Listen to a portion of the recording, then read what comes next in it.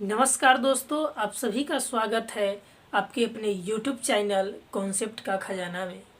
दोस्तों, आज अर्थशास्त्र, जिसे अंग्रेजी में इकोनॉमिक्स कहते हैं, दोस्तों आज इकोनॉमिक्स का डिफिनीशन और उसके प्रकार के बारे में बताने जा रहा हूँ।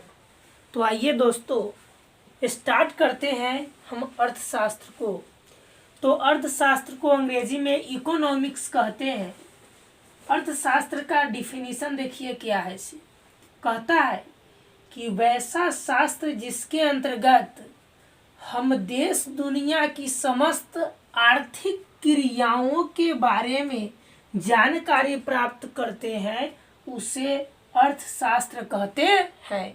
फिर से सुनिए, वैसा शास्त्र जिसके अंतर्गत हम देश दुनिया के, कहाँ के, तो देश दुनिया के समस्त आर्थिक क्रियाओं के बारे में जानकारी प्राप्त करते हैं, उसी को हम लोग बोलते हैं अर्थशास्त्र। अब देखिए, हमने नोट में 2 पॉइंट को लिखा है। नोट नंबर 1 है, अर्थशास्त्र को अर्थव्यवस्था कहकर भी पुकारा जाता है। यानी कि आप अर्थशास्त्र बोलिए या फिर अर्थव्यवस्था बोलिए, दोनों का मतलब होता है एक ही। आइए अगला पॉइंट है, अब अर्थशास्त्र का पिता एडम स्मिथ को माना जाता है। तो याद रखिएगा, आपसे अगर पूछा जाए कि अर्थशास्त्र या अर्थव्यवस्था के पिता के रूप में किसे जाना जाता है, तो आंसर दीजिएगा एडम स्मिथ को। अब नेक्स्ट है आपका अर्थव्यवस्था के प्रकार।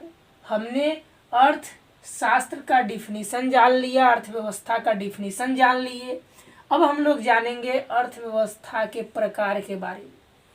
तो पहला है कि पूंजी पर स्वामित्व के आधार पर अर्थव्यवस्था के मुख्यतः कितने प्रकार होते हैं, तो 3 प्रकार। याद रखिएगा, पूंजी पर स्वामित्व के आधार पर अर्थव्यवस्था के कितने प्रकार होते हैं, 3 प्रकार।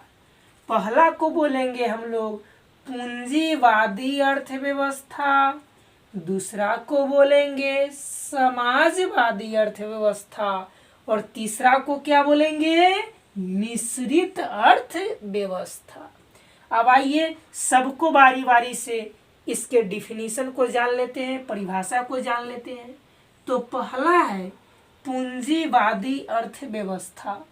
देखिए, पूंजीवादी अर्थव्यवस्था का डिफिनीशन क्या कहता है, वैसा अर्थव्यवस्था जिसमें उत्पादन के सभी साधनों पर किसी निजी व्यक्ति या व्यक्तियों के समूह या किसी निजी संस्था का अधिकार हो, उसे पूंजीवादी अर्थव्यवस्था कहते हैं।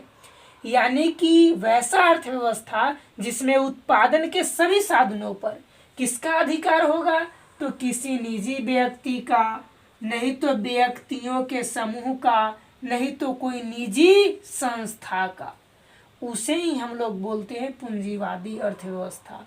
और उसका 2 एग्जाम्पल बहुत ही इम्पोर्टेंट है, पहला अमेरिका और दूसरा ब्रिटेन।